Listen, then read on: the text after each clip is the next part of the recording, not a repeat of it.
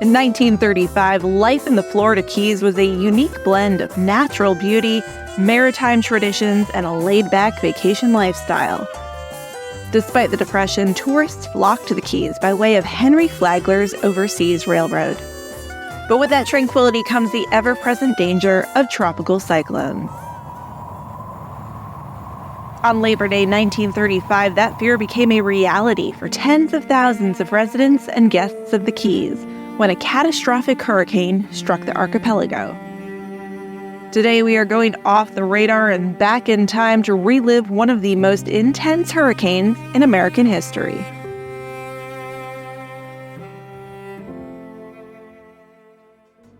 I'm meteorologist Emily Gracie, and you're listening to Off the Radar, a production of the National Weather Desk.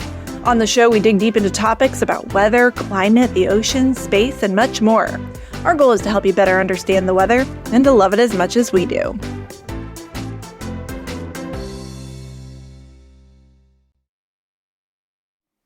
On Monday, September 2nd, 1935, the nation's first recorded Category 5 hurricane struck the Florida Keys with winds over 200 miles per hour.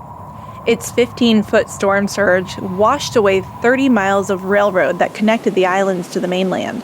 On one of those rail cars were hundreds of World War I veterans.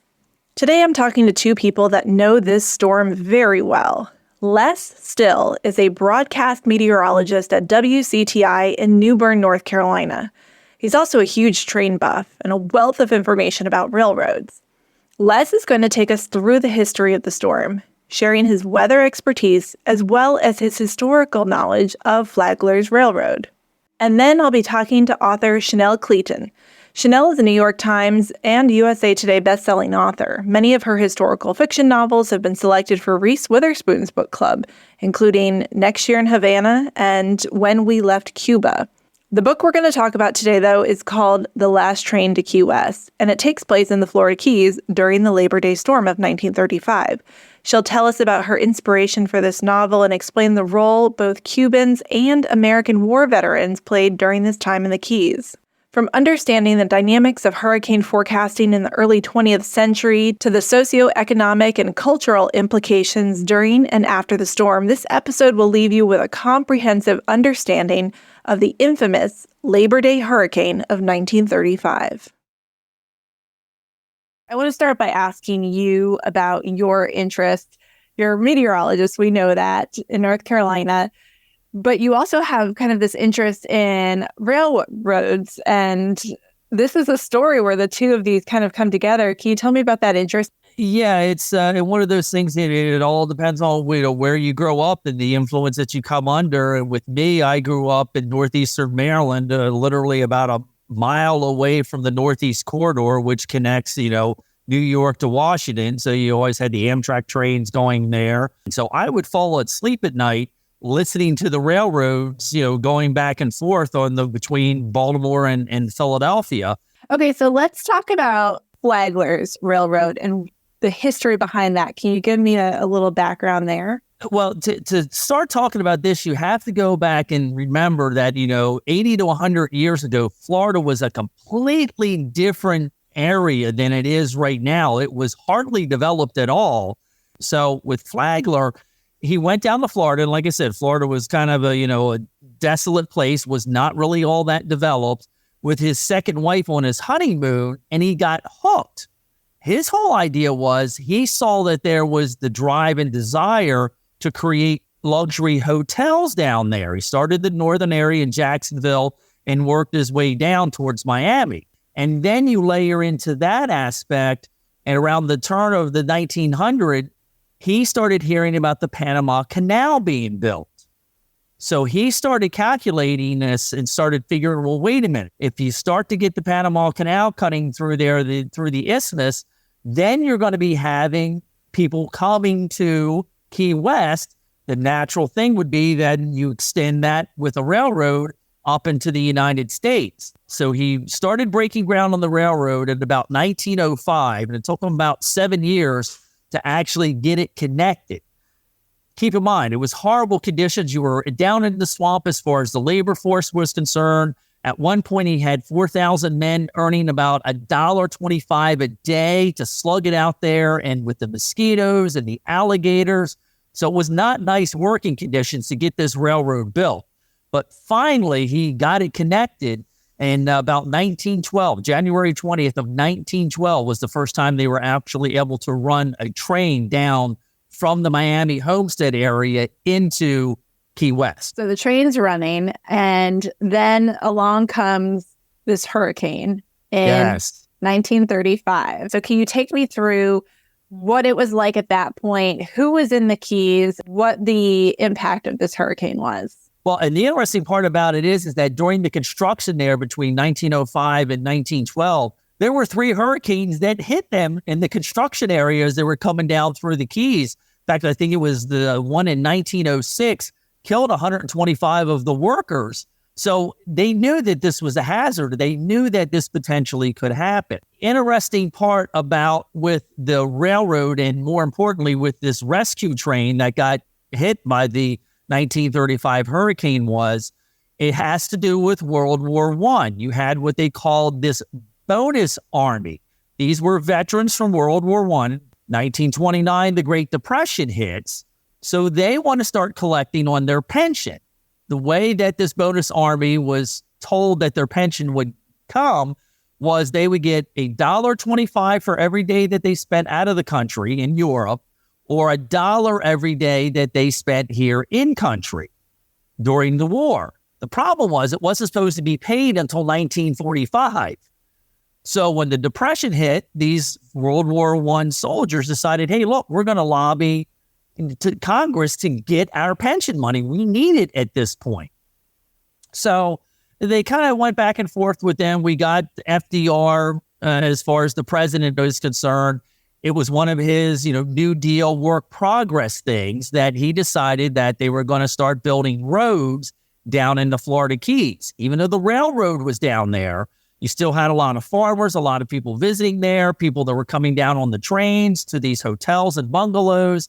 They still needed to move around these islands. So they decided with this work progress project that they would send these bonus army World War I veterans down there. And at one time, there were about 700 vets down there in the Keys working on these work progress camp projects. Usually they housed about, anywhere between 200 to 300 people in these camps that were only about 7 to 9 feet above sea level. Okay, so they're living in tents. Exactly. There's more people than usual in the Keys. So this is kind of the perfect storm. It's exactly what it is. So what happened next? Because in 1935, we didn't have radar. We weren't using satellites. This thing is coming. How do they know? Yeah, they started getting word like a day or two prior over in the Bahamas that, a storm had come through, and a lot of people in the Keys, they were a lot more weather aware, just observing it than we are nowadays. They would watch the barometer. So when they started seeing the pressure starting to fall, that's when they knew, okay, it's time to, put up the hurricane shelters and, board up the windows, bring things up to higher ground. And again, we're not talking about, very high above sea level here, maybe, 7 to 9 feet. That's about it. Most of the houses and the buildings down there were. So as you got into September 2nd, that's when the storm was really starting to head towards there. That morning, they had actually sent a cable to Miami to say, hey, look, we need a rescue train to come down here to get these people from these camps. They were in Matacombe Key, which is where one of the bigger camps were. They made the call around noontime, but because the Florida East Coast Railroad, by that point, because of the Depression, had gone into receivership, there was a lot of paperwork they had to go through. They had some trouble getting out of Miami to begin with, which is where their headquarters was located. The bridge over the Miami River was up. It was a holiday Monday. They couldn't get people there to get it taken care of. So really, the train did not leave until about 5:30 in the evening to even start its way down into the Keys. And by this point, the storm was making its full assault on the middle of the Keys. Do we know where exactly it made landfall? Isla Morada was the general area where this camp was. And then where the actual, storm came across, there's a lot of keys, small keys is situated in there. But that's where the train was trying to get to. Matacombe Key was where this camp was. And it got as far as the Isla Morada before the train actually got literally with a wall of water blown off the tracks. Yeah, there's actual pictures of this, which is amazing to me, of this thing blown off the tracks. So what happened? Did everyone on the train perish, or what was the outcome here? Quite a few did perish. I've seen different numbers. I've seen anywhere between 250, 270 people that were on the train. From a lot of the things that I've read, practically everybody that had gotten on there, and a lot of it was the World War II or the World War I bonus army work is encampers there, but it was also just residents of the Keys down there, because as the railroad, once it got down there in 1912, it served as the vital connection between the different Keys across the area there. So from what I understand, the majority of the people that got on the train in the passenger cars, I think it was a 10-car train, it got completely wiped down. At one point, the engineer and the conductor and the fireman were huddling in the actual steam engine itself. Now, that thing was heavy enough that anywhere between a 15 to 20-foot wall of water, is what the engineer said, came and sideswiped the train. The engine was the only thing left standing on the tracks. All of the passenger cars themselves had gotten thrown off to the side. And from what I've heard, a lot of people that were in there, because obviously they didn't have seatbelts, were basically swept out the windows and swept out into sea. And majority of them perished. I know it was in 1935. We call it the Labor Day hurricane because we didn't even name hurricanes at that point. So what can you tell me about this particular hurricane? It was the strongest hurricane on record at that time to ever hit the United States, but it would be a Category 5. And it's interesting, there's a book written about this story, a historical fiction novel called The Last Train to Key West by Chanel Cleeton, and it literally was the last train to Key West, this time period. So why has this not, do you have any idea why we haven't rebuilt this at all? Yeah, it was basically, when it was completed, it was considered the eighth wonder of the world. However, a lot of the engineers didn't think that they were ever going to make this railroad. In fact, it was nicknamed Flagler's Folly because they were thought that he was just throwing money after money after money to try to get this thing made. When you look at it all in total, it cost back then between about $30 to $50 million to complete this railroad. And about a year after it was completed, Flagler himself ended up dying. He died in 1913. One of the problems is that because we talked about that potential of Key West being that deep water port, the revenue never really materialized because as the powering of the steamship changed to oil, they didn't have to stop in Key West anymore. That's why then Miami became the bigger deep water port, bigger population. So really it was, first and foremost, it was the revenue before the Great Depression. And then once the Great Depression hit, money was very scarce.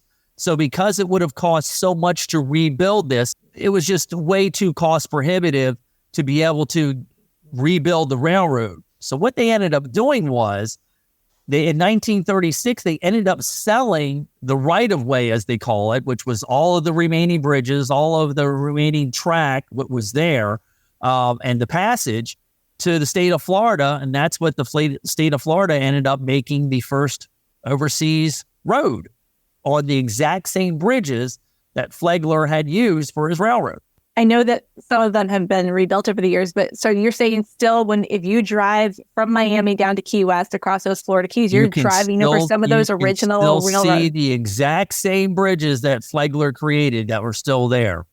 Do you remember that scene from True Lies back in the 90s? Yes, I always think of that, the 7 Mile Bridge. That was the bridge that was shot on. That was one of the original ones. Underneath, the framework was the exact same bridges that Flagler had created for his railroad.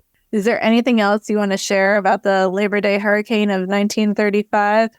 I would say it was one of the greatest storms to ever hit the coast. Not only just for what it did down there in the Keys, where it came in as a Category 5, it ran the entire coast of the United States. It developed near the Bahamas, went over to the Keys, then hooked around and came up through the Carolinas here and ran all the way up into New England before it finally exited. So now we have a pretty good idea of the science of the storm and the logistics of the railroad at the time. But I want to learn more about the people impacted by the storm, and for that I'm talking to Chanel Cleeton, author of The Last Train to Key West. I've read a number of Chanel's historical fiction novels, but this one by far is my favorite. So I was absolutely thrilled to get the insider info of how she prepared for writing a novel and how she gave voice to the people impacted by this storm. So Chanel Cleeton, you wrote a book about a hurricane back in 1935, the Great Labor Day Hurricane of 1935, which a lot of people may not know about. This is before hurricanes were named. It was a long time ago, post-World War I. So I want to hear from you about where the idea came from for you to write about this topic. So I, like a lot of people, was previously unfamiliar with the storm, and I really first heard about it when Hurricane Irma was happening. So it was during the coverage. I was kind of watching it just to see, I have a lot of family in Florida and friends and, just kind of keeping an eye on things. And I came across this mention of the Labor Day Hurricane of 1935. And it was just really interesting because I grew up in Florida, I'm originally from this state, and it wasn't something I was familiar with. And then also, I kind of, with being a writer, you tend to find these really interesting moments in history, and I sort of mentally would be like, oh, that's something I might want to come back to learn more about. And so when I kind of looked it up later on, I was really interested because I didn't know the whole story of the vets who had fought in World War I and had come back and were working on building the highway. And all of that was just so sobering. And I think also such an interesting component to the story. I mean, you have obviously the natural disaster and the impact that it had on the region, but then you also have, this really personal story of people who fought in the war and kind of came home with a host of problems as a result of that and really weren't taken care of the way they should have been. And so I was really just moved by the story and wanted to delve deeper into it. And that's when I knew, I'd found the topic for my next book. So tell me about the research going into writing not only this book, but all of your books. I assume it's extensive. You have to become an expert in the topic, right? It definitely is. With this particular event, there were a lot of congressional inquiries into the aftermath because there were definitely questions about the evacuation procedures, kind of the amount of notice that was given, how communication was filtered down. And so we had a lot of primary sources that you could draw from. When I was doing the research, there were a lot of interviews with people. This was something definitely at the time that was very much at the forefront of the public's attention and also, had a lot of investigations done. So that was definitely useful. There's also been quite a bit of nonfiction written about the event. So that's always a good starting point, I think, as well, to have those sources and to be able to kind of go into the record that way. And then also, lots of photographs, basically, documentaries that were done about it, anything like on PBS that you can find. I mean, really, I try to find any source material I can that helps me to have a better understanding of, whatever the event is that I'm studying. And then for me, particularly with this novel, it was really useful to go down to the Keys because so much of the book and the plot of the book, the novel takes place over basically Labor Day weekend and then a little bit after that. And so it's on such a short time frame that I found my characters' movements were so dictated by the weather, by the conditions. For example, the ferry would stopped running on a certain day. And so I couldn't get my characters from one point to another because it wouldn't have been possible because they had to stop the ferry because the weather conditions were deteriorating so much. So having that information and then being able to go myself and actually see, okay, this is exactly where they would have been. And this is what the distance would feel like. And this is, they have actually markers down in the Keys. If you're driving on the overseas highway, if you look, there are little markers that will tell you where the different veterans camps were. So it was really, powerful, I think, to be able to stand in those spots. There's a memorial in Isla Morada that you can go to that talks about the hurricane and the aftermath. So having that perspective definitely helps. And then also just driving the overseas highway and looking out and seeing the railroad, you really get this kind of eerie sense of what an audacious project it was, but also, seeing its remnants and understanding how many lives were lost. It definitely had an impact. Did you talk to any meteorologists? I did not. And now that you said that would have been so interesting. No, I wish I had, because honestly, I think that was one of the things that was so illuminating to me. So I mentioned before, I grew up in Florida. And what was just so interesting to me was, we fear hurricanes so much now. But you look at all of the modern technology we have, the warning systems, the alerts, the fact that, there's just so many more tools at our disposal. And you still have, storms wreaking havoc. But to read about back then, how limited things were in terms of the information they were getting, when they thought it was going to hit, it was fascinating. So it would have been really interesting to have a meteorologist perspective that is really interesting. It's cool because you think back in 1935, that's pre-satellite era. The data we have now, we have no excuse. We see it coming 2 weeks away. It was wild, kind of the misinformation and just the lack of information. I have a scene in the book where my characters are standing on a beach and there's a banner plane flying a banner that says storm warning. And that's, literally how people were being notified. And then you had a lot of people looking at sort of the fishermen and people who, worked the land and read the barometers and kind of asking them, well, what do you think? What are you getting off of the readings? But they really didn't know, what day it was going to hit. I mean, just we're not in a position to have the tools to be able to evacuate. And then the decision to evacuate the veterans by train was made incredibly late, which, unfortunately contributed as well to what unfolded. I read an interview with you, and I know a lot of your books really draw in Cuban heritage and ancestry, and I didn't know that connection when it came to this railroad. Can you explain how that works? So I'm Cuban American, and a lot of the research and the books I write tends to kind of center on Cuban American relations. I just find it to be really interesting. And being from Florida, anything that has that Florida connection, I think speaks to me as well. And so with the railroad, it was really fascinating to learn that, once you got to the Keys, this whole idea was to, board the ferry and then go to Havana. And there was even talk of building, the railroad out to go to Havana. And so it was kind of that cross-cultural connection again that I just found really interesting. So not only as a Floridian, but having that Cuban connection. And at the time I had written 2 other books about a fictional Cuban family that I had created. And so it was an opportunity to kind of take one of the characters from that family. We've sort of been following the family throughout history in a lot of my books. And so I was able to put one of the characters in who's Cuban. She's just arrived from Havana on her honeymoon. And it's Labor Day weekend, and she kind of ends up stuck in the Keys, with her new husband when the storm comes.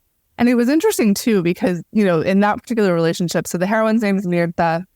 Her husband's Anthony. He's American. He's from New York. She's Cuban, obviously.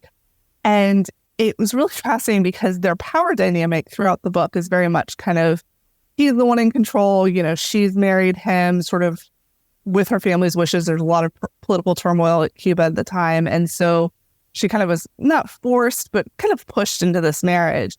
But when the hurricane comes, or the hurricane's impending, he really starts to lean on her because she has experience with the storms and he doesn't really know what to do. And so you kind of see that role reversal a little bit. And that was interesting to kind of bore out in their relationship, realizing that, in that she would have been the expert and he would have maybe been looking to her for guidance. Because if you haven't experienced hurricanes, I think it definitely can be a daunting thing. Did you experience any hurricanes as a child?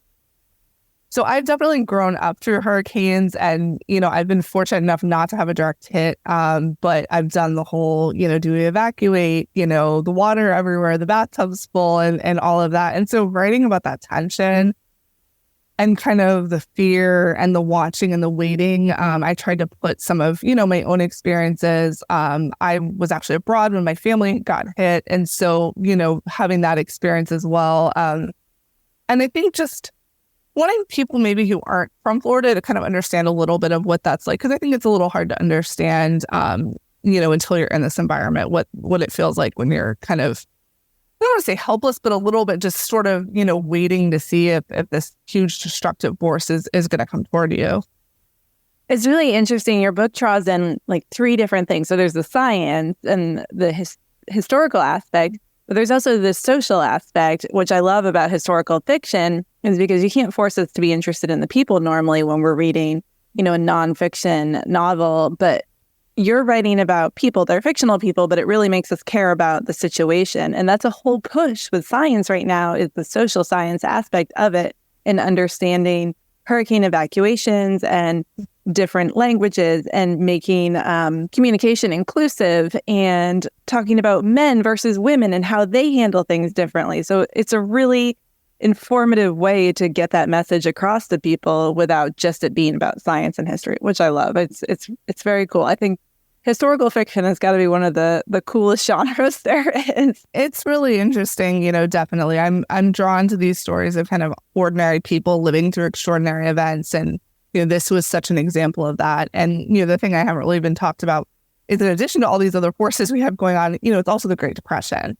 And so that plays a huge role in people's abilities, the impact that it's going to have on people, when homes were completely destroyed and carried away, and, the keys were forever altered. And so I think that also, that component of it was definitely something that I think had an impact on me. And I think a lot of readers maybe related to that as well. Was there anything you learned in the process of writing this book that really surprised you about either the event or about weather or about the history of it? I think it was one of those things that, as I mentioned, I wasn't familiar with it. And so not having that knowledge about a state that I felt like I knew pretty well, the history, that was certainly interesting, especially because it is somewhat recent history. The 30s weren't that long ago when you think about the impact that it had on the keys. And then also, it made sense that, of course, that they wouldn't have had the technology we have now. But I think knowing that intellectually and really seeing in practice what that would have meant for people's lives definitely was a disconnect. And it was really, like I said, sobering to kind of understand how difficult that must have been, and how frightening. And then, just obviously the tragic loss that people had. I was also unfamiliar with the bonus army and the veterans. And so learning about their story was certainly something that was really an interesting point in context, because I think we hear so much about World War I, and, so there's kind of this culture of, there was so much respect for the people that fought. And, you kind of thought that they came home to be seen as heroes, to then learn that they were kind of pushed to the wayside, was definitely, a very sad and angering thing to learn. How long after Irma did you go to the Keys? So I went for research on this book in 2018, I believe. So the following year. So and it was still recovering. Places didn't have internet, tons of blue tarps. Like, you still definitely saw the effects. And that too was really sobering, because it was 2018 and, you saw how much it took to recover. And then you imagine what that would have been like in the 1930s. And I think that also kind of gave me a perspective of the events in the book, and trying to understand, just how difficult and how kind of steep the hill to recover that they were facing. Are there any, looking down the road to future books, are there any weather events that you've seen, or, natural disasters you've seen that you want to write about? That's a great question. I can't think of anything off the top of my head, but it's kind of like when I find it, I know, and then it's always like it gets stuck in my head, and then I'm like, okay, I have to write this. Like, it won't let me go. And so I think it would be interesting. But as a writer, it was definitely a really unique experience, because you're on such a short timeline. And then once again, how much the weather influenced my characters' movements was just fascinating to me. I had not written a book with that constraint. And so it was really interesting to go through that process. So I think if the right story comes up again, then that would definitely be a fascinating thing to work on. Awesome. Well, we want to hear about it and be a part of it if possible. No, now that I know, I did not know a meteorologist now, but I definitely, that is amazing. No, I love it. Cool. All right, Chanel, that's all I have. This was amazing. I love hearing about your process. I'm a big fan. I've read a bunch of your books. Well, I can't wait to read your new book and hear about the next one coming out next year. And congratulations on all your success. Thank you. Thank you so much. And thank you for having me. This was wonderful. Chanel's latest book release is called The Cuban Heiress. It's a fictional story set in 1934 on board a very real cruise ship called the SS Morro Castle, which, if you haven't heard of, a simple Google search will tell you it ended in tragedy. I just read it. It's fantastic. All of her books are amazing. Off the Radar is a production of the National Weather Desk. Make sure you're following the show on Apple Podcasts, Spotify, or wherever you listen to podcasts. New episodes publish every Tuesday. If you know anyone that loves weather, history, or historical fiction novels, please share this episode with them. Also, find us on social media. Our daily broadcast streams live there every weekday morning at 9 a.m. Eastern. Special thanks to Les Still and Chanel Cleeton for joining me on this episode. I'm meteorologist Emily Gracie. Make it a great day.